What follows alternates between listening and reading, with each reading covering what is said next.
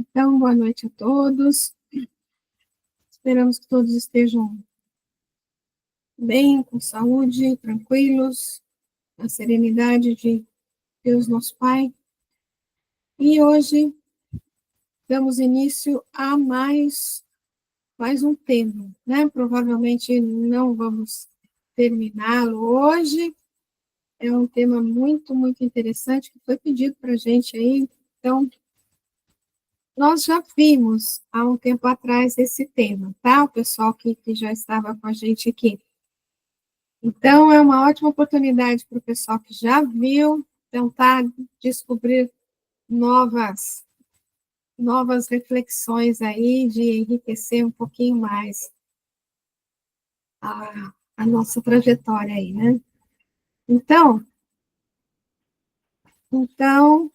esta é a passagem. Ela está em Lucas e está em Mateus, a gente vai ver as duas aqui no começo, mas a gente vai seguir mais essa de Lucas aqui, tá? Então, os desafios do discipulado. Enquanto eles no caminho, alguém lhe disse: Eu te seguirei aonde fores. Disse-lhe Jesus: As raposas têm tocas e as aves do céu têm ninhos, mas o filho do homem não tem onde reclinar a cabeça. Disse ao outro: Segue-me. Ele, porém, disse: Senhor, permite-me ir primeiro enterrar meu pai. Disse-lhe: Deixa que os mortos enterrem seus próprios mortos. Tu, porém, vai e anuncia o reino de Deus. E outro lhe disse: Senhor, eu te seguirei, mas permite-me primeiro colocar à parte os que estão em minha casa. Disse-lhe Jesus: Ninguém que põe sua mão no arado e olha para as coisas de trás é apto para o reino de Deus. Alguém colocou uma mensagem aí que eu não vi o que era. Algum problema? Didi colocou que ela não está conseguindo visualizar o seu compartilhamento. Eu acho que a internet dela que deve estar fraca, né? Vocês estão vendo? Estamos, eu estou. Tá. Então, vou sugerir para ela que sai e entra de novo, às vezes resolve a questão, né? Isso. Bom, gente, eu coloquei aqui numa cor diferente esse do meio aqui, esses dois versículos do meio, porque, na verdade, nós temos três situações diferentes aqui, três convites, vamos dizer assim, ou três pessoas que se oferecem, aí ou se oferece ou foi convidado por Jesus, mas cada um é uma situação diferente. Então, a gente vai estudar particularmente cada uma delas, né? Obviamente. Nós temos aqui algumas notas tá, na tradução do Haroldo. Eu não vou ler agora, porque a cada momento que a gente buscar aqui um trecho, a gente coloca a nota e vê a nota, aí vai ficar com mais sentido, tá? O mesmo texto no Evangelho de Mateus está da seguinte maneira: olha, Jesus, vendo a turba ao seu redor, ordenou que partissem para o outro lado. Um escriba, aproximando-se, lhe disse: Mestre, eu te seguirei aonde fores. Jesus, porém, lhe disse: As raposas têm tocas, as aves do céu têm ninho, mas o filho do homem não tem onde reclinar a cabeça. Outro dos seus discípulos lhe disse: Senhor, permite-me ir primeiro enterrar meu pai. Jesus, porém, lhe diz: Segue-me e deixa que os mortos enterrem seus mortos. Então, a gente percebe que, apesar de tratar do mesmo assunto, Mateus é mais reduzido, não tem todas as informações que tem em Lucas, né? Por isso que eu falei que a gente vai se ater mais a Lucas, tá bom? Aqui tem algumas notas de Mateus que também a gente vai ver a seu tempo, tá? Então, começando, ó, vamos voltar aqui para a gente ver. Enquanto eles no caminho, alguém lhe disse: Eu te seguirei aonde fores, né? Deixa eu abrir aqui, Lucas. A gente vai perceber que nesse capítulo 9, deixa eu pôr lá agora onde que a gente vai ver. Nesse capítulo 9 de Lucas, antes de entrar nesse nessa perícope, tem uma outra perícope que o título é A Rejeição dos Samaritanos. Eu vou só dar uma lidinha aqui para a gente só se situar, para entender esse enquanto eles no caminho, tá? Então, ó, e sucedeu que, ao se contemplarem os dias de sua elevação, ele manifestou firme propósito de ir para Jerusalém. Então, enquanto eles no caminho, eles estão a caminho de Jerusalém, tá? Ele enviou anjos perante a sua face, entraram em uma aldeia de samaritanos para perguntar-lhe hospedagem, mas não receberam porque tinha o propósito de se dirigir a Jerusalém. Vendo isso, os discípulos Tiago e João disseram: Senhor, queres que digamos para descer fogo do céu a fim de os destruir? Voltando-se, ele os repreendeu.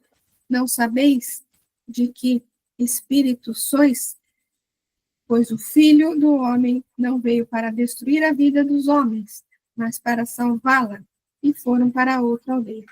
Bom, enfim, é só para colocar que eles passaram pela Samaria, tiveram ali uma certa rejeição e estavam a caminho de Jerusalém, certo?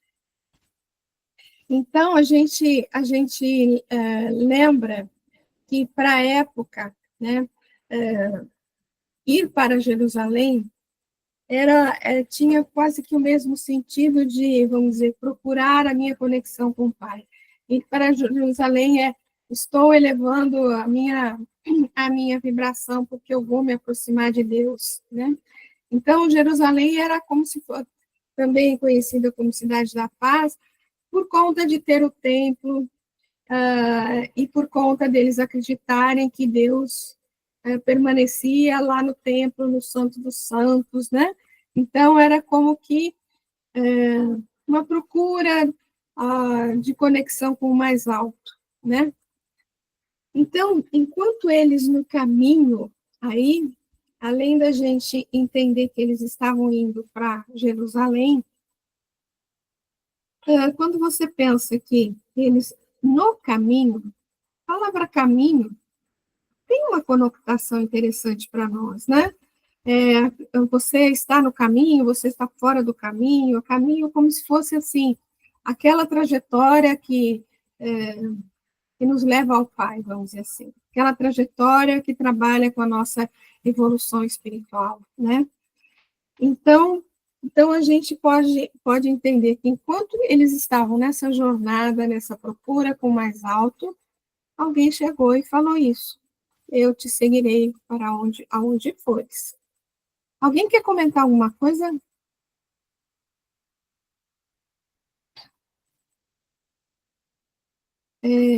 Desculpa, não estou vendo quem é. Pode falar. Jussara, Fala, querida. quando o caminho, como você falou, né? Quando a gente vê a palavra caminho, está seguindo, né, esse evangelho para poder chegar realmente ao reino dos céus. E quando ele se coloca, quer dizer, a gente vê, como você falou, ele veio de uma outra cidade que não foram bem recebidos, mas apareceu uma alma que está disposto a seguir, né, a ir em frente nesse caminho que também sabemos que tem pedras, espinhos, mas ele se coloca ali. Eu seguirei aonde fores. Então, é aquele momento que a pessoa está realmente decidida a seguir. Não me interessa, tendo consciência de tudo, né, da questão das dificuldades, dos tropeços, tudo que vai acontecer, mas eu vou conseguir, eu vou seguir o Senhor. Ele está se propondo a seguir, né? Isso que você levantou é uma questão muito importante que a gente vai observar. Mais para frente, a gente vai ver que Jesus propõe para ele uma reflexão sobre essa decisão, né? Mas vamos deixar em stand-by por enquanto isso daí. Vamos seguir. Vamos ler um pouquinho, ó. Enquanto eles no caminho, vamos pensar só nessa questão aí, né? Então, se alguém está no caminho, representa espiritualmente que está numa jornada em busca da sua renovação, da sua mudança, da sua aproximação e conexão com o mais alto.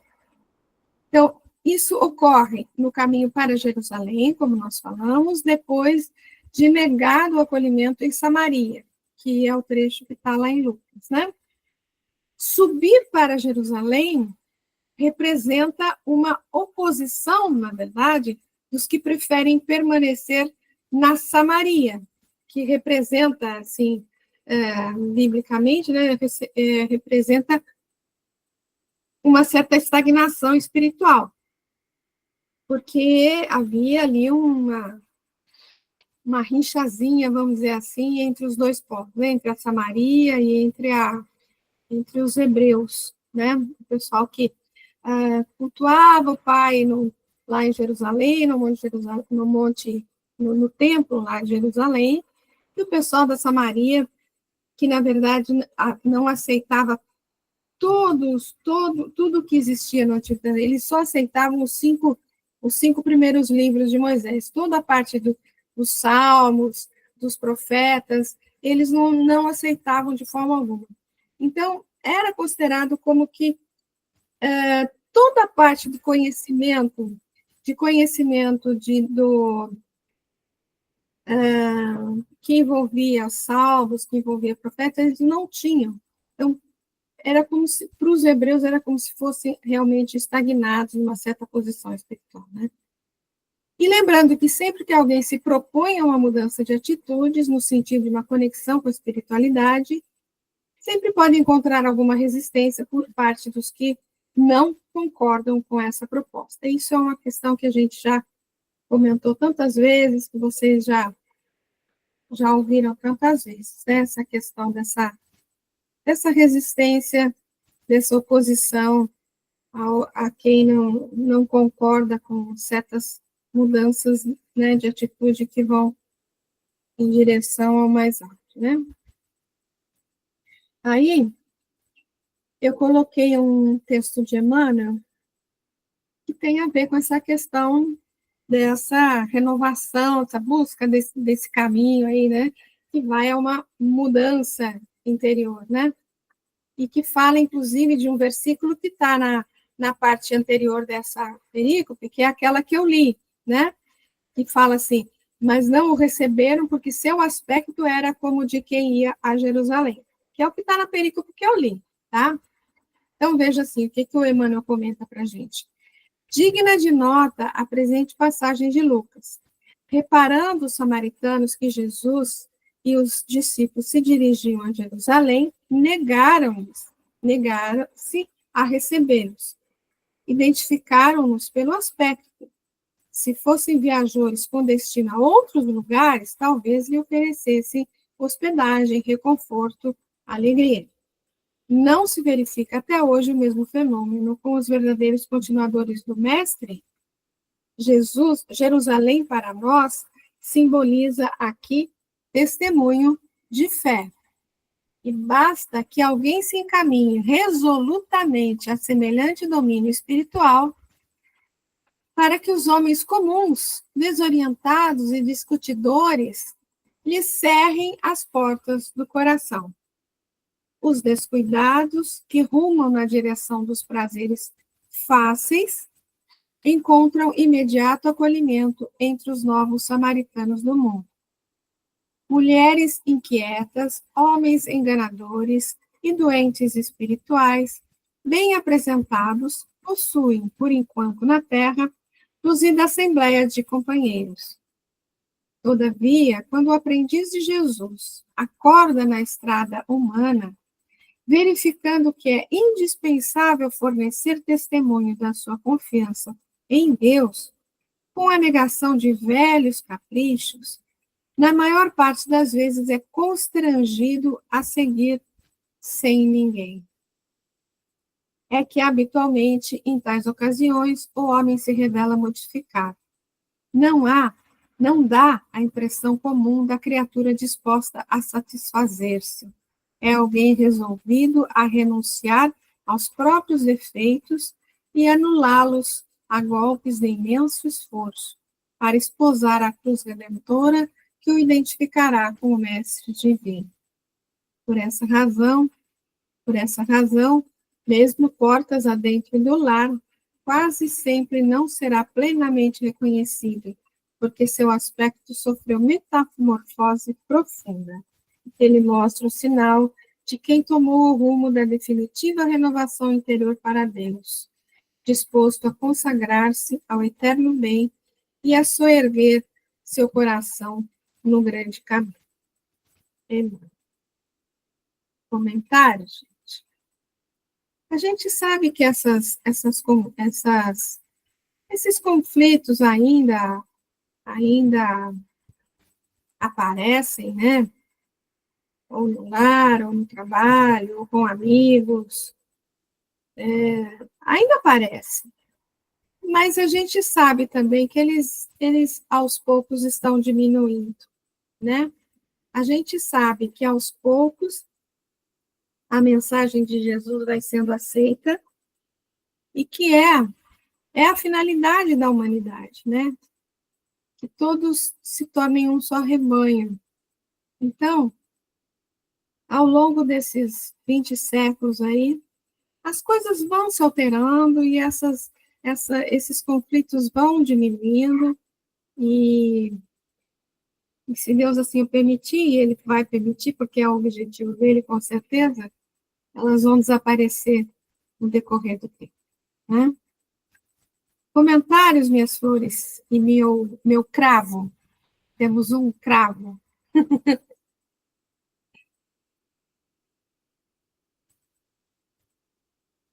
Sem comentários?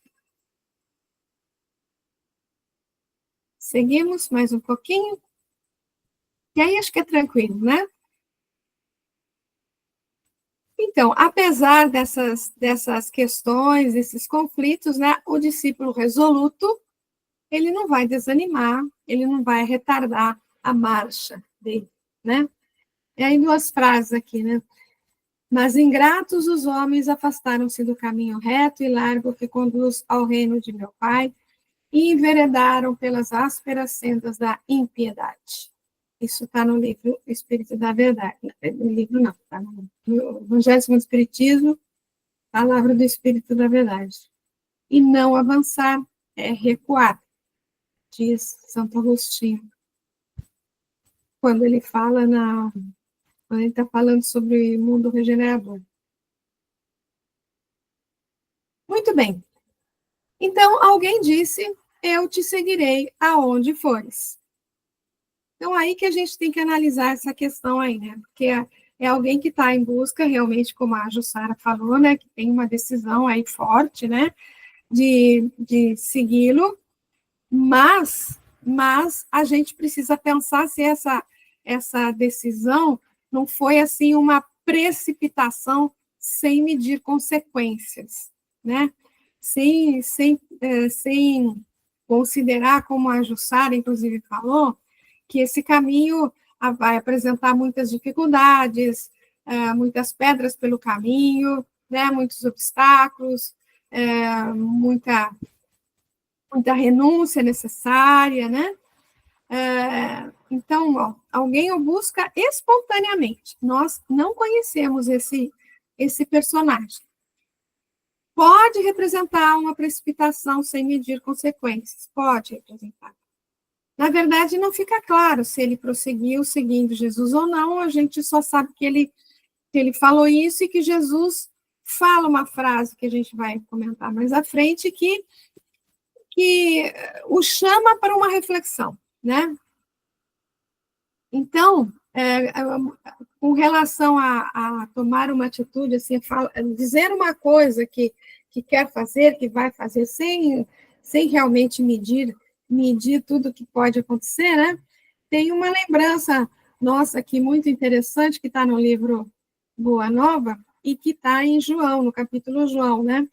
Que é Pedro, né? Pedro fala para ele, Senhor, por que não posso seguir-te agora? Entregarei a minha vida por ti.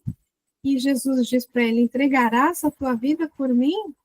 Amém, amém te digo, não cantará o galo até que me negues 3 vezes. Né? Jussarinha, fala, querida.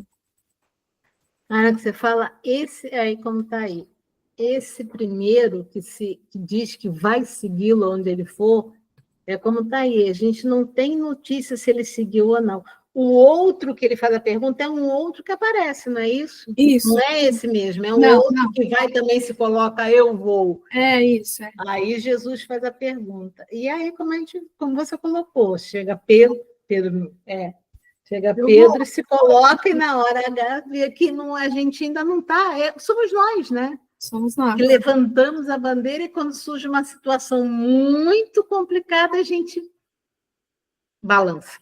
A gente balança, a gente recua, né? É, são coisas para as quais, vamos dizer assim, a gente gostaria de estar preparado, né? Mas muitas vezes a gente realmente não está, né? A gente não está. Mas vamos seguir mais um pouquinho. Aí vem essa resposta de Jesus, né? Ai, desculpa, eu pulei uma folha aqui. Eu queria falar para vocês desse livro aqui, o pessoal que já estava aí já conhece. Esse livro aqui tem o título de Parábolas de Lucas, do Kenneth Bailey. É um livro muito interessante, ele foi sugerido pelo Haroldo, aí eu comprei o livro. O Kenneth Bailey, ele viveu muito tempo lá em, lá em comunidades agrícolas do Egito, do Líbano, da Síria e do Iraque, que eram em comunidades que ainda mantinham muitos dos costumes da época, né?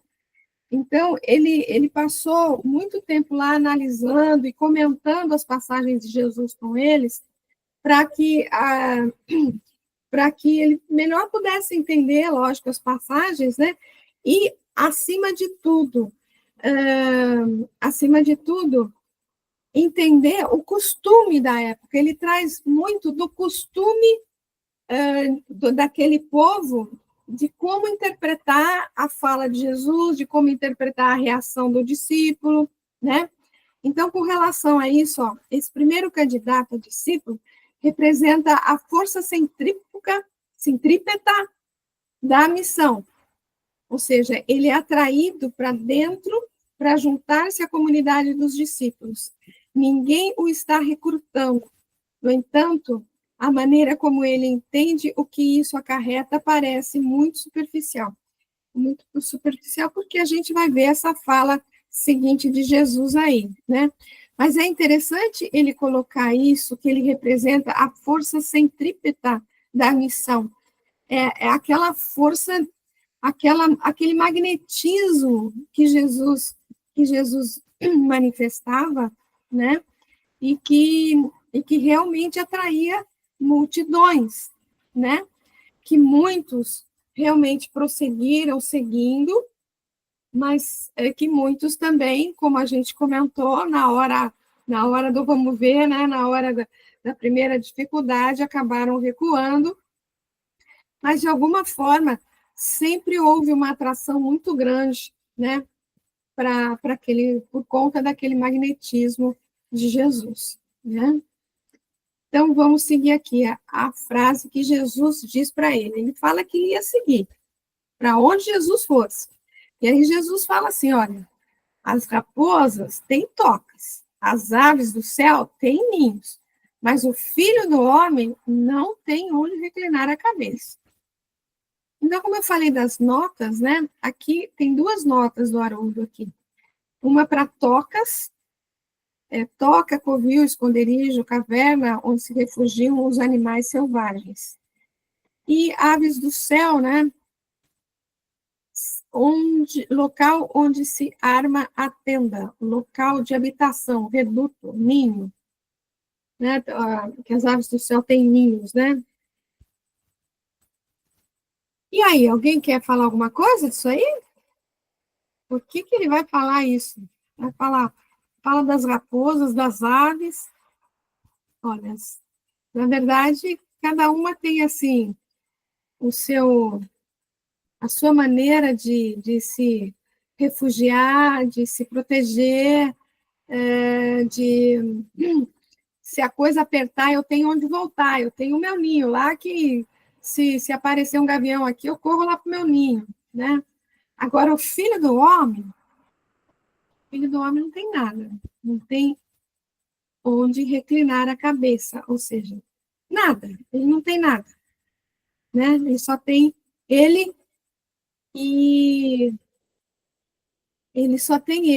e a boa vontade, o amor que ele trouxe, a mensagem dele que vem para nos orientar, para nos chamar para perto dele, né? Alguém quer comentar alguma coisa daqui?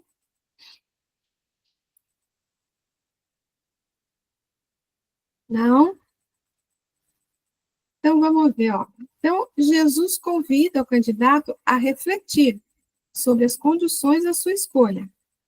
Certamente, Jesus, com seu olhar de espírito crístico, né, olhando para aquele menino, ele já sabia tudo do menino, né? Deve ter visualizado a condição espiritual daquele homem e oferece alguns elementos para que ele reflita sobre sua possibilidade, sua predisposição de tomar essa decisão, que poderia se tornar uma dura jornada. Então, ele nem diz vem, nem diz não vem. Ele diz reflita. Reflita sobre o que você está se propondo, para ver, se olhe bem para o seu interior, para ver se você vai ser capaz, se você vai ter condições e se você realmente tem essa predisposição, né? Então, eu peguei um pedacinho aqui que está lá na Sabedoria do Evangelho, do Torres Pastorino. Cuidado, portanto, não alimentar pretensões que não correspondam às possibilidades. Não buscar provas acima das forças reais. Não dar passos maiores que as pernas. Não pôr o chapéu onde a mão não alcança. Deixe-se de lado a vaidade, o desejo de parecer aos outros mais do que se é realmente, de enganar-se a si mesmo, julgando-se gigante e ainda pigmeu. O medimento justo é melhor que desabalada corrida, arriscando-se a quedas fragorosas.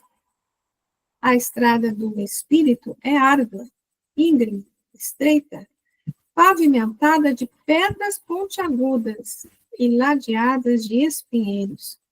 É preciso coragem e decisão inabalável, com prévio conhecimento das próprias capacidades.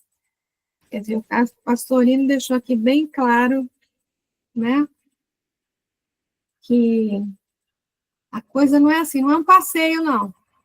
Então, bora passear, vamos dar uma volta? Não é bem isso, né? Requer realmente uma predisposição, uma decisão muito firme e requer boa vontade, né? Força de vontade, perseverança, para que nos momentos de dificuldade, realmente você prossiga naquele propósito, né, inicial da sua jornada. Né? A gente está aqui, está estudando, a gente está na proposta de nos tornarmos seus discípulos, é óbvio, né? Senão a gente não estava aqui. Mas a gente sabe que tantas vezes a gente se depara com dificuldades de deixar alguns hábitos antigos, né? Às vezes a gente quer revidar alguma coisa, e a gente tem que se controlar. Então, não é lógico que quanto mais a gente consegue prosseguir nessa jornada, mais fácil vai ficando, né? Apesar de que, à medida que você cresce, os obstáculos, as missões podem aparecer mais difíceis, né? Podem vir as missões mais difíceis, né? Mas, à medida que você vai se conectando com o mais alto, elas vão ficando mais tranquilas no sentido de você ter coragem e ter força para enfrentar essas decisões. Porque você vai se fortalecendo por dentro, né? E mesmo que os testemunhos sejam maiores, o testemunho maior ele só vai aparecer quando você realmente estiver pronto para isso, né? O testemunho maior ele só vai aparecer quando você realmente estiver fortalecida suficientemente para enfrentá-lo. Jesus nunca manda uma mochila que a gente não consiga carregar, né? Nunca manda. Então, se ele mandou, sejamos perseverantes, porque ele sabe que a gente dá conta. Ele sabe que a gente dá conta. Comentários?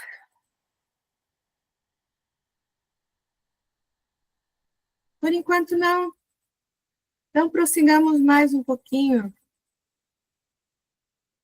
Então, vamos ver, ó. Quem decide seguir Jesus deve estar preparado para as adversidades. Pode ser todo tipo de privação exterior, seja de afeto, de compreensão, ou mesmo recursos materiais, embora intimamente, espiritualmente, a pessoa se sinta cada vez mais segura, mais fortalecida. E aí, só uma lembrança sobre a questão do filho do homem, né? Porque ele fala ali, né? As raposas não têm tocas, as aves não têm ninhos, mas o filho do homem, quem é esse filho do homem? A gente já falou bastante sobre o filho do homem, né? Mas só aqui uma lembrançazinha. Para a época, esse título era um título messiânico. Era como dizer que ele era realmente o Messias, né? E representava alguém que teria todo o poder, toda a glória e todo o domínio sobre tudo. Jesus sempre trabalhou no sentido de esclarecer o sentido da sua missão e deixava claro também o testemunho que o aguardava. Até então, até esse momento aí, Jesus já havia anunciado seu martírio por 2 vezes. E aqui só duas referências à questão do Filho do Homem, né? Uma está em Daniel e outra está em Lucas. Em Daniel, lá no Antigo Testamento, eu continuava contemplando nas minhas visões noturnas, quando notei, vindo sobre as nuvens do céu, um como filho de homem. Ele adiantou-se até o ancião e foi introduzido à sua presença. A ele foi outorgado o poder, a honra e o reino, e todos os povos, nações e línguas o serviram. Essa é a primeira vez no Antigo Testamento que é citada essa questão do Filho do Homem como sendo alguém que tem todo o poder, toda a honra, né? E todos os povos e nações vão servi-lo, né? E em Lucas também, é necessário o Filho do Homem padecer muitas vezes, ser rejeitado pelos anciões, sumos sacerdotes e escribas, ser morto e levantar-se no terceiro dia. Quer dizer, uma referência a todos os testemunhos porque passou, né, porque iria passar o Filho do Homem, iria passar Jesus, né, e aqui em Lucas capítulo 9, essa aqui é uma fala de Jesus também, né, e então, ele já deixa claro aqui que ele ia padecer, ele deixa claro que a sua missão não era, ele não estava aqui a passeio, né, ele não estava aqui a passeio. E aí, gente, uma explicação do Kenneth Bailey, né, desse livro que eu comentei aqui, sobre essa questão. Antes de ler aqui, alguém quer comentar alguma coisa? Quer falar alguma coisa? Não? Todo mundo quietinho, bem comportado, todos respirando sem auxílio de equipamento. Vamos lá. Vamos lá. Seguindo, então. Vamos ler o Kenneth Bailey. Esse é um trecho do Kenneth Bailey que ele cita uma fala dessa pessoa que se sai de aqui. Ele não entende, a pessoa ali da passagem, ele não entende que seguir significa Getsemane, Gólgota e sepulcro. A ideia de seguir um filho do homem, rejeitado, sofredor, ocorreria como choque dissonante para qualquer judeu do século I. Em Daniel, o Filho do Homem deve ter domínio, glória e reino, para que os povos, nações e homens de todas as línguas o servissem, que é o que a gente leu aqui de Daniel, né? A ideia não é apenas você também pode vir e sofrer privações, já pensou nisso? Mas também, sejam quais forem os seus motivos, tenha em mente que você está se oferecendo para seguir um líder rejeitado.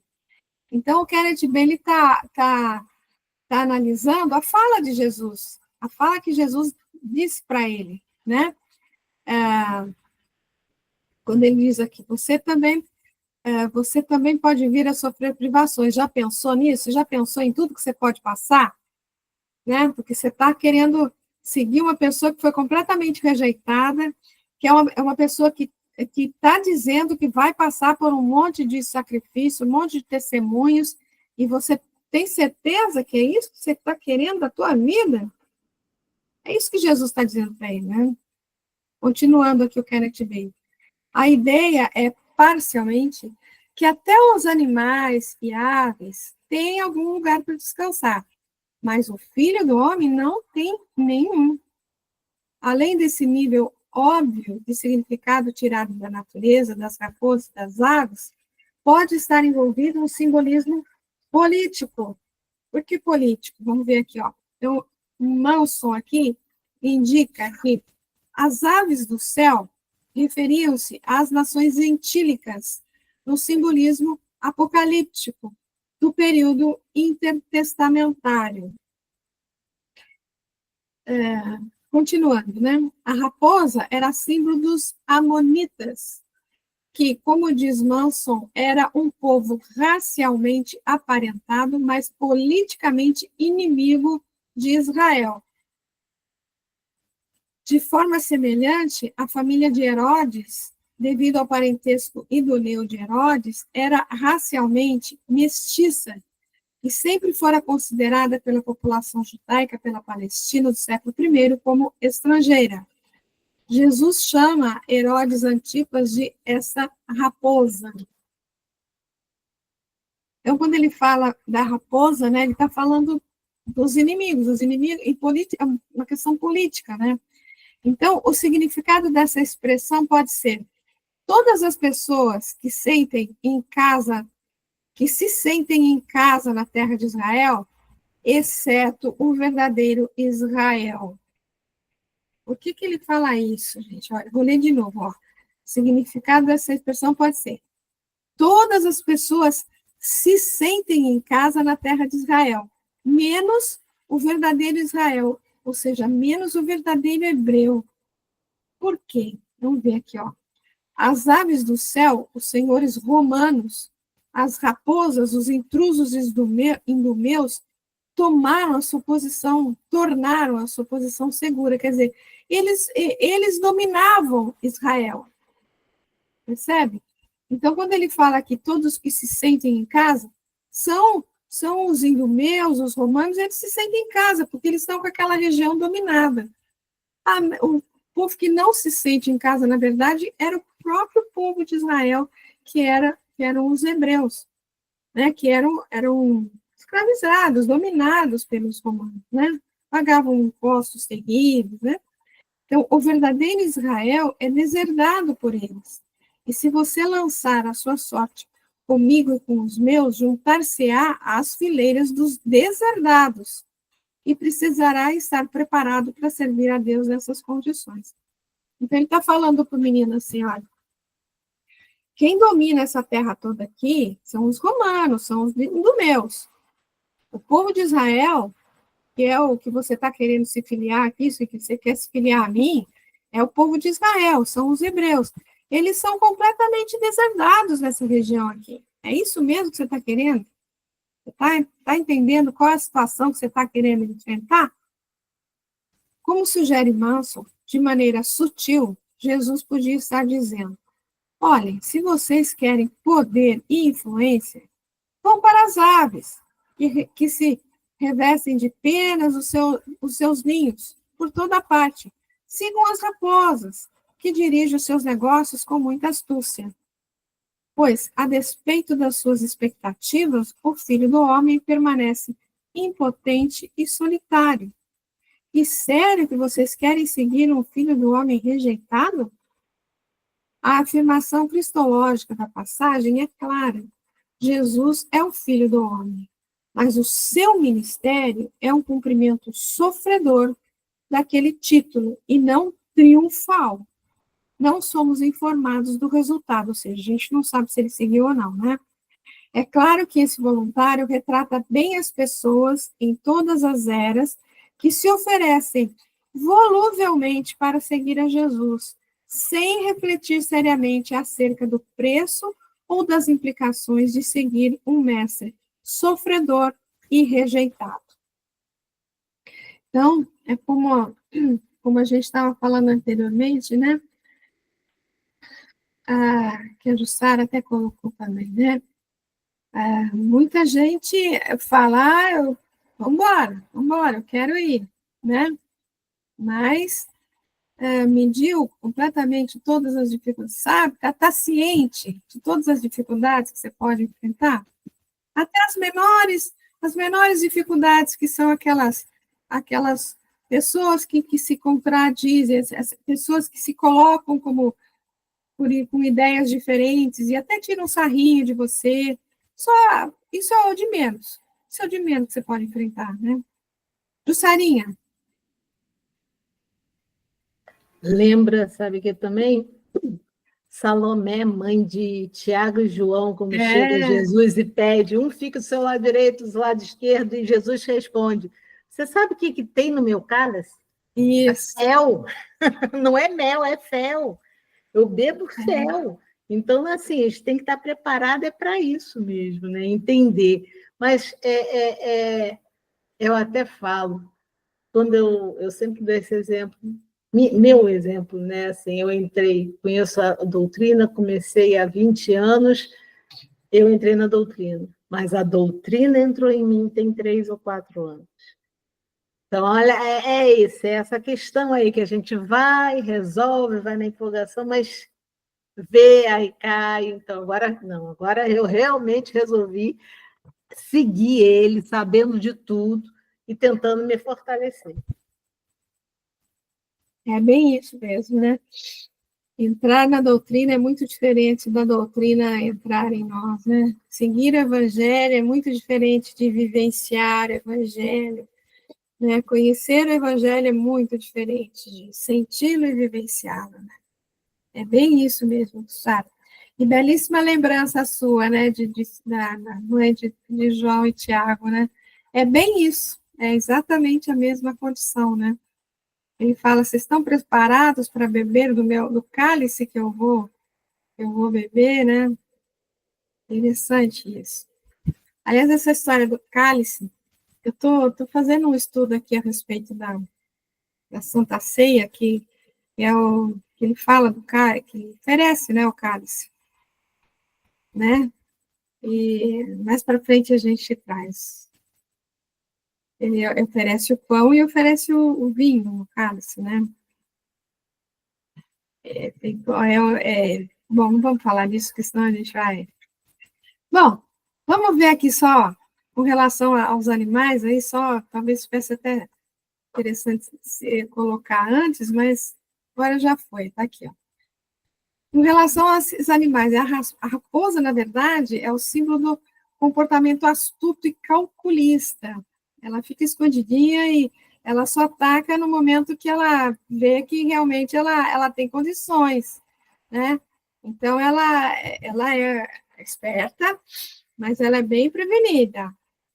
E as aves, de preferência as aves de rapina, representam a pilhagem, né? O oportunismo, aquelas que ficam voando e também só descem no momento, o gavião, né? Só desce para pegar o peixe e vai embora, né? E então assim, é um momento usa ali o oportunismo mesmo. E toca da ideia de alguém que espreita, eu fico ali escondidinho, né? E só saio realmente para os meus interesses próprios, né? e ninho da ideia de alguém que não quer se comprometer, porque pode se afastar, mas tem o pouso seguro que pode voltar quando necessário, quando a situação se complicar, né? Então, essas são as características, talvez eu devesse ter colocado mais no início, isso, por caso, já foi. Com essas colocações, Jesus sugere que, aos que desejam seguir Jesus, não há repouso. Se você é cristão, não poderá sê-lo apenas algumas horas do dia, só quando é conveniente você dizer que você é cristão, né? Na verdade, você é cristão 24 horas por dia, se é que você é cristão, né? Então, seguir Jesus trata-se de um processo de mudança integral do ser e que, por isso, reflete em todas as circunstâncias da vida. É que nem a questão da mediunidade, né? Você não é médium só dentro da reunião mediúnica, você é médium 24 horas por dia, né? Então, você tem que cuidar dos seus pensamentos, dos seus sentimentos, das suas ações, não é só dentro no momento da reunião mediúnica, mas é 24 horas por dia. É um compromisso muito sério, né? E aqui tem uma frase do Arthurzinho. Os pensamentos e ensinamentos de Jesus são de origem divina e não se apoiam nas coisas do mundo e em concepções terrenas, e por isso sua cabeça, símbolo da mente e do pensamento, não encontra nada na terra em que possa se reclinar. Quando ele fala, né, o filho do homem não tem onde reclinar a cabeça, então ele não encontra nada na terra para reclinar a cabeça. Porque as coisas, as concepções do seu ensinamento não são de concepções terrenas, não são das coisas do mundo, não se apoiam nas coisas do mundo. Arthurzinho é sempre maravilhoso. E aí, um ou dois textos aqui. Hoje acho que a gente vai terminar mais cedo, viu? No livro Dinheiro, que é o capítulo 9, Estudando a Felicidade. Observa o que desejas e o que fazes, a fim de que ajuizes com segurança sobre a felicidade que procuras. Certifiquemo-nos de que a alegria possui igualmente diversos níveis e de que nos compete, acima de tudo, cultivar a devoção aos valores amplos e substanciais que possam sobreviver conosco na vida maior. No mundo, a felicidade varia com a posição das criaturas e se buscamos o Cristo por nosso mestre, é indispensável saibamos conquistar o nosso estímulo de viver no clima do sumo bem. Há pessoas que se contentam com o exclusivo reconforto de comer, dormir e procriar, guardando assim tão somente a felicidade que os seres mais simples pontuam nas linhas inferiores da natureza. Voltando aqui nesse segundo, né? Certifiquemo-nos de que a alegria possui igualmente diversos níveis e de que nos compete, acima de tudo, cultivar a devoção aos valores amplos e substanciais que possam sobreviver conosco na vida maior. Então, lendo isso daqui e depois pensando nesse último aqui, né? Que há pessoas que se confortam só em comer, dormir e procriar, ou seja, se confortam só com a felicidade das coisas materiais, né? Então, se eu me proponho a seguir Jesus, se eu me proponho a realmente me conectar com o mais alto, buscar o Cristo como meu mestre, como está aqui no terceiro parágrafo, né? Eu tenho que buscar, cultivar a devoção, buscar a minha alegria, não só nessas coisas, essas coisas trazem prazer para nós, é lógico, né? Dormir é o descanso necessário, comer é necessário, né? Procriar, estamos aqui, inclusive, para procriar, para garantir a continuidade da humanidade, né? Mas que busquemos também a devoção para coisas mais, valores amplos e substanciais que possam sobreviver conosco na vida maior, ou seja, é aquela coisa dos bens que a traça e o ladrão não consomem, né?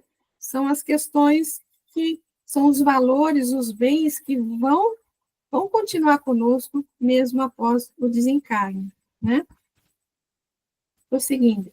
Vemos espíritos atilados no cálculo que apenas se comprazem amontoando ouro ou utilidades com desvantagem para os semelhantes, estabelecendo desse modo para si mesmos a felicidade dos loucos, ou seja, procura só o bem de si mesmo em detrimento do bem-estar dos outros, né? É loucura isso. Anotamos companheiros da humanidade que somente se rejubilam com a exibição de títulos suntuários na ordem social ou econômica, cristalizando-se na vaidade ou no orgulho que lhes facilitam a espetacular descida para a morte, forjando dessa maneira, em prejuízo deles próprios, a felicidade dos todos. Identificamos irmãos que apenas se honram na crueldade, sorrindo com o alheio infortúnio e alardeando com paixão que não sentem, construindo para si mesmos a felicidade dos que se instalam no purgatório da própria consciência. A gente vê muito disso tudo aqui ainda nos dias de hoje, né? Mas são exemplos que Emmanuel está dando aqui para a gente fugir deles, né? Para a gente fugir deles. A felicidade cristã, no entanto, é diferente. Nasce da alegria que venhamos a semear para os outros. Desenvolve-se no bem infatigável, frondeja no espírito de serviço, floresce na esperança e frutifica no sacrifício daquele que se oferece para a materialização da felicidade geral. Não te demores no prazer que hoje te suscita gargalhadas para encerrar-se amanhã em amargosa penitência. Procuremos a felicidade de Jesus, que ainda não está completamente nesse mundo, para que esse mundo se levante para a felicidade perfeita. Para isso, não desdenhe a tua cruz, porque somente através do desempenho de nossas obrigações na prática do bem é que encontraremos a nossa verdadeira vitória. Comentários, pessoal?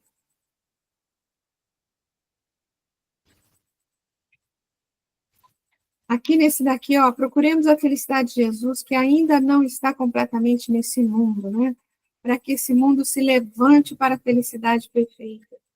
Eu me lembro sempre da questão 132 do Livro dos Espíritos, né? Que fala do objetivo da nossa, a finalidade da nossa reencarnação. Para que a gente reencarna? E tá lá, né? A gente reencarna para a gente aprender, para a gente se evoluir, para procurar a nossa evolução, a nossa perfeição, né? Perfeição relativa que Jesus nos mostrou. Né? Muitos vêm com provas ou expiações, muitos vêm com missões, né? Mas, além de tudo isso, é para contribuir com a parte que nos toca com a obra da criação divina, né? Então, nós estamos aqui, não estamos aqui só para o nosso crescimento, mas nós estamos aqui para contribuir com a obra da criação. E contribuir com a obra da criação tem tudo a ver com o que está nesse terceiro parágrafo aqui, né?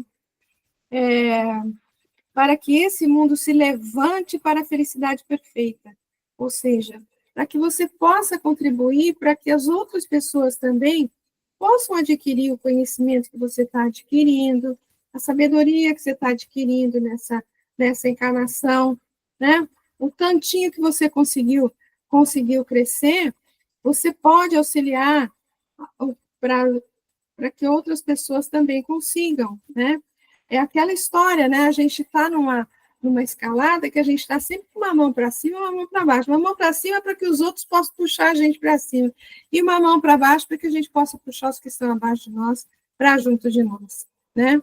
Então, é meio que essa a nossa função aqui, para que se levante, para que o mundo se levante para a felicidade perfeita, né? E quando a gente fala na verdadeira vitória, a gente comentou, né, aí um pouquinho antes, que, por exemplo, às vezes a gente se sente, por alguma fala indesejada, assim, que a gente ouve, a gente às vezes quer revidar, né? E o fato de você conseguir se controlar, você ter aquela paciência necessária de falar pausadamente, de falar carinhosamente, né? Ter também compaixão com a pessoa que te falou alguma coisa desagradável, né? É um ato de compaixão, às vezes, também, não é isso? E, às vezes, você passa naquela situação como que uma vencida, mas você não é vencida. Você está com a verdadeira vitória, como está escrito aqui no final, aqui, né? Encontraremos a nossa verdadeira vitória, porque você conseguiu passar por ali é um exemplo, né? Conseguiu passar ali por uma dificuldade, conseguiu ter paciência naquele momento, ter compaixão naquele momento com aquela pessoa que falou alguma coisa completamente complicada ali, né? Então, a pessoa pode até se considerar vitoriosa quando você não revida, né? Mas a verdadeira vitória é sua, de ter conseguido passar, assim, dignamente por aquela situação, né? Comentários, crianças?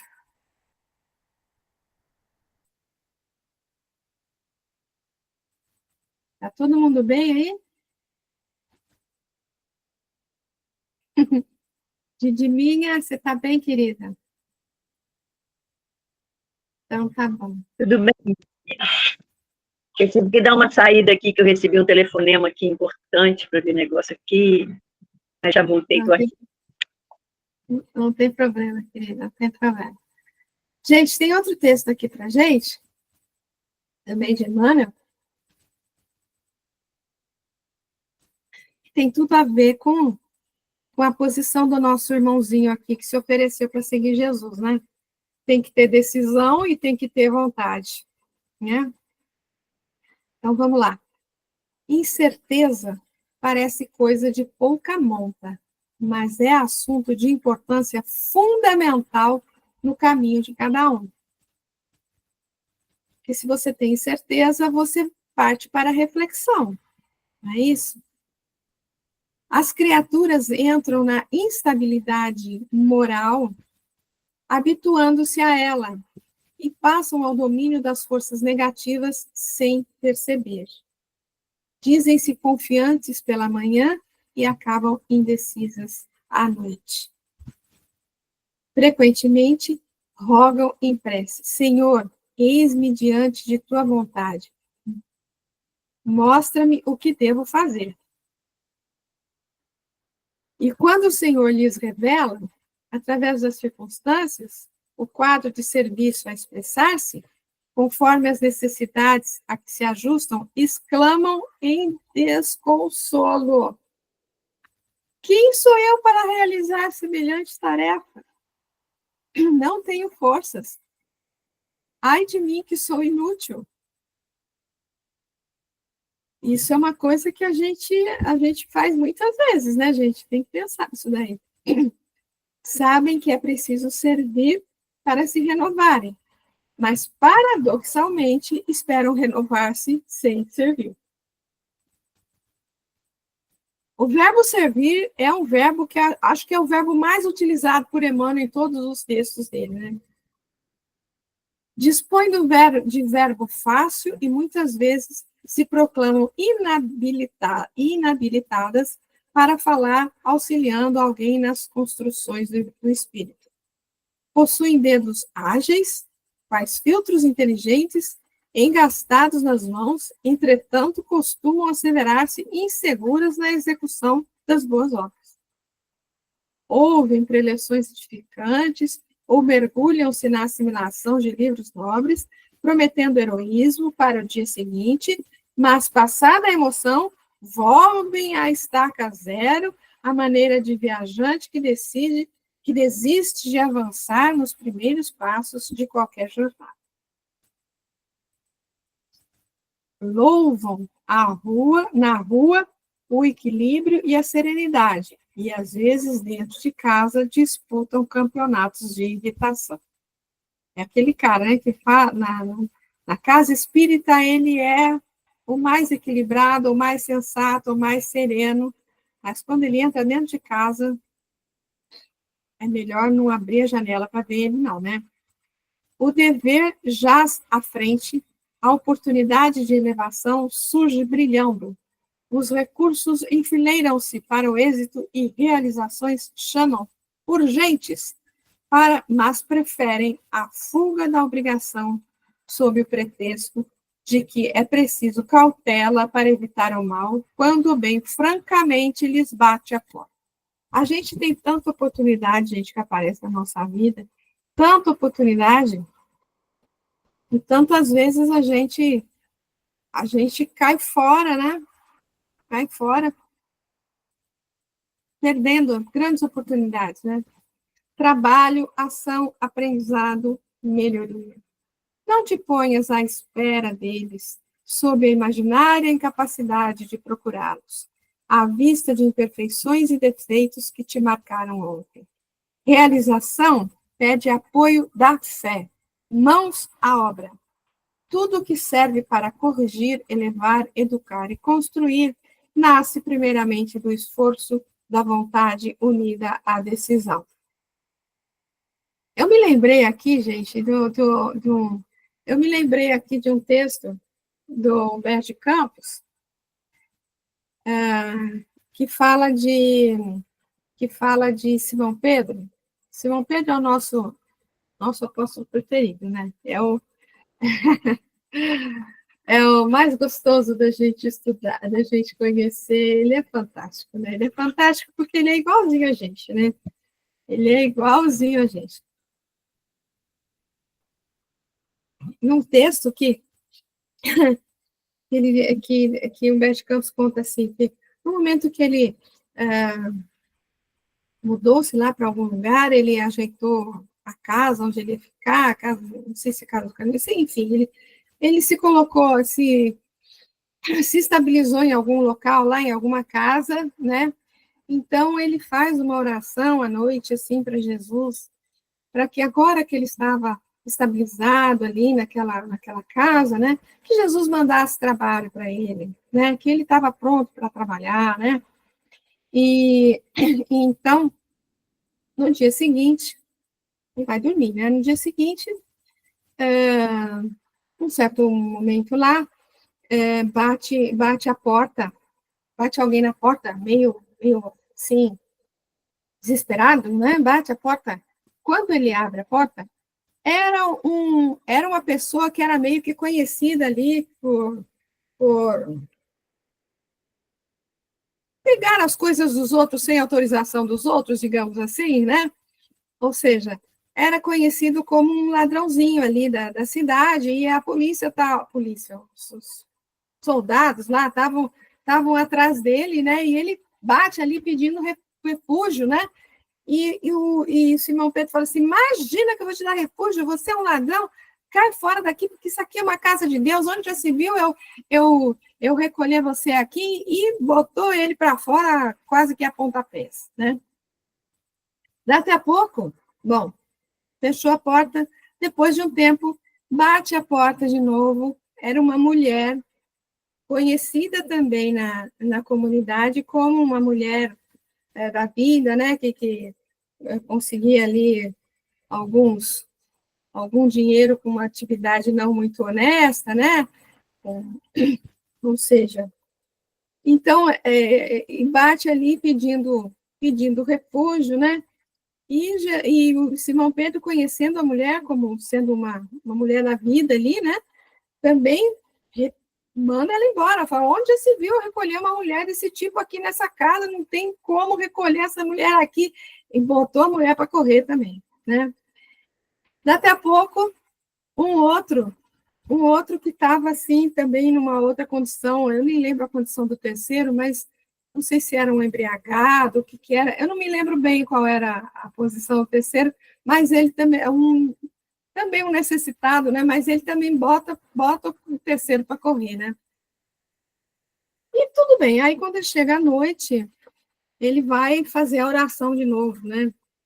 E fala assim: ah, Jesus, eu te pedi para você mandar trabalho para mim, mas você não manda outro trabalho nenhum. Eu estou aqui pronto, pode mandar trabalho para mim, né? E aí Jesus aparece para ele, né? Aparece para ele. Eu imagino assim, Jesus com as mãozinhas na cintura, assim, falando, como assim, Simão Pedro? Como que eu não te mandei serviço? Né? Te mandei um primeiro que era conhecido como ladrão, ele veio aqui, você podia ter dado refúgio para ele e orientado a vida dele para que ele mudasse de vida. Ele estava pensando numa melhoria para a vida dele, você põe ele para fora a pontapés. O mesmo aconteceu com aquela mulher estava pedindo, estava em busca de uma melhoria na vida dela e também, né, você coloca para... Enfim, ele falou dos 3 casos, assim, como quem diz, eu te mandei 3 necessitados para você acolher, e você não acolheu, você não entendeu nada do que, né, do que eu te enviei, né? Então, e aí ele encerra, eu não lembro toda a fala de Jesus, mas ele encerra. E todas as vezes agora que você quiser falar comigo, pegue o Evangelho, porque a minha fala está lá no Evangelho, eu estou no Evangelho, leia o Evangelho. Né? Então é assim, porque esse 10 aqui, né, o dever aparece à nossa frente, com muitas possibilidades, né? E a gente, às vezes, como Simão Pedro, né, querendo evitar um mal no nosso entendimento, né? Ele põe o cara a pontapés para fora, em vez de acolher e orientar, né? E dar uma outra oportunidade para o irmãozinho, né? Então é isso. É isso, meus amigos. E aí? O que vocês me falam? Não falam nada hoje? Só a Jussarinha quer falar alguma coisa aí. Fala, Didiminha. Maravilha, né, gente? Eu costumo ler muito aquele livro Ave Cristo, né? Que tem Ai, é lindo. a vida dos discípulos, né? E eu uso muito quando eu encontro um amigo assim com dificuldade. Não, eu não posso fazer isso, é muito para mim ainda. Não, calma, me dá mais um tempo, né? E aí a gente está sempre remediando. A gente está sempre remediando, né? A gente, na verdade, não tem confiança na gente mesmo, né? Nem sabendo que Jesus confia e conta para a gente não dá conta de criar coragem para trabalhar. Né, Jussara? Eu acho que é assim, né? E eu costumo usar muito isso quando a gente está assim, numa situação que a gente é muito imperfeito, que a gente isso, que a gente é aquilo, que a gente ainda está muito atrasado, que a gente ainda está muito cheio de mazela, que a gente ainda está muito preso aos nossos atavismos do passado. Eu falei assim, gente, mas os discípulos do Cristo são o maior exemplo. Ele não quis pessoas perfeitas para trabalhar com ele. Ele quis pessoas igual a nós. Então, ele conta conosco na condição que cada um está. Né? Então, o André Luiz fala lá nas obras dele, né? Quando o trabalhador está pronto, o trabalho aparece. E a gente sempre cria um obstáculo quando o trabalho aparece. Né? Porque nós ainda estamos nessa construção, nós estamos numa busca da felicidade, mas ainda não conseguimos compreender que a felicidade é fazer o bem. E a gente tem que começar a construir essa felicidade agora, porque se a gente não construir agora, a gente não vai encontrá-la no plano espiritual. ela tem que ser consequência das nossas realizações de agora. Então, nós temos que buscar a felicidade. E quando a gente estuda o jugo leve, gente, quando a gente estuda a questão do jugo leve, Jesus não nos pede perfeição, ele só quer que a gente transforme as nossas dificuldades numa possibilidade de buscar a felicidade. Né? Quando a gente aceita as dificuldades, quando a gente aceita os desafios, quando a gente se esforça para vencer os obstáculos, né? O caminho é esse, é trabalho, ação, aprendizado, melhoria. Não te põe à espera dele sobre a imaginária incapacidade de procurá-los, à vista de imperfeição e direitos que te marcaram ontem. Então, quer dizer, hoje, pelo menos, a gente tem o conhecimento. Hoje, pelo menos, a gente já deu assim um passinho para buscar Jesus. Então, que a gente se aproveite desse passinho que a gente já deu, né? E acreditemos que podemos dar passos mais largos. Jesus mesmo disse, podeis fazer o que eu faço e muito mais. Falta-nos a fé, a confiança em nós mesmos e na proteção divina. Falei demais, vai lá, Juju. Não falou demais, não falou muito bem. Só um tantinho, Jussara. É aquela coisa, né? A gente pode até não ser capaz de determinadas coisas, vamos dizer assim. Eu não sou capaz de fazer o que o Chico fez, por exemplo, sei lá, não é isso? Lógico, né? Mas a gente tem que ser feliz, vamos dizer assim, com aquilo que eu consigo fazer, não é? Eu tenho que ser feliz com as minhas possibilidades. E se as coisas aparecem, as propostas aparecem, é porque, como você falou, quando o trabalhador está pronto, o serviço aparece. Então, se as propostas aparecem, é porque realmente, né, é uma mochilinha que a gente consegue carregar, né? Então, que a gente fique feliz com o que eu consigo. Eu não consigo fazer o que, sei lá, o que o Haroldo faz, o que o Arthur faz, eu consigo fazer um pouquinho, e eu fico feliz com isso, de conseguir fazer isso, e de compartilhar com as pessoas aquilo que a gente já consegue fazer, né? Eu acho que é essa felicidade que a gente tem que cultivar. Fala, Jussarinha. Pegar o elo de hoje, das 16h30, o Pão Nosso, nós pegamos a lição do Monturo, a lição 121. Tem uma frase que eu acho que fica perfeita agora. Transformemos nossas misérias em lições. É isso que está sendo falado. Identifiquemos o monturo que a própria ignorância amontoou em torno de nós mesmos. Convertamo-lo em adubo de nossa terra íntima e teremos dado razoável solução ao problema de nossos grandes males. Então, a gente tem que fazer isso, né? Saber trabalhar. É como a Didi falou, e eu também gosto de comentar, o grande exemplo são os apóstolos, gente, somos nós todos. Sempre, é tudo. Pessoal, eu fico chateada quando acusam Judas, eu não gosto, porque ele só é igualzinho a gente fica iludido pela questão material e acaba achando que está fazendo certo e não está. Então, a gente tem que ter sempre esse olhar e prestar atenção. E como está no Pão Nosso, a gente... Quando comecei a ler, eu me lembrei da compostagem, né?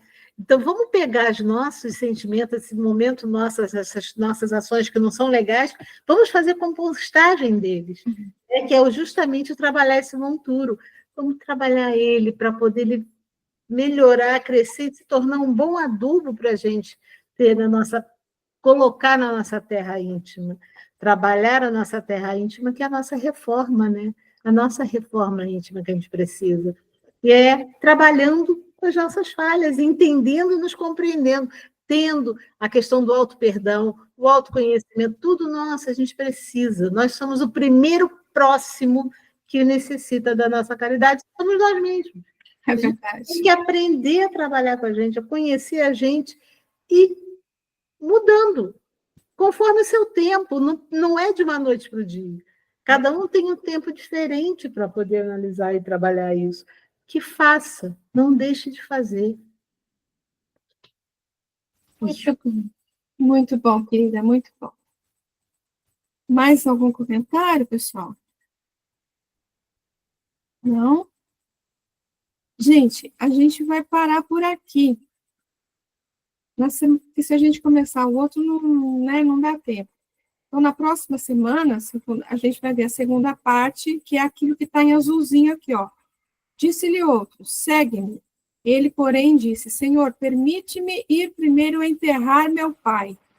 E Jesus diz para ele, deixa que os mortos enterrem seus próprios mortos. Tu, porém, vai e anuncia o reino de Deus.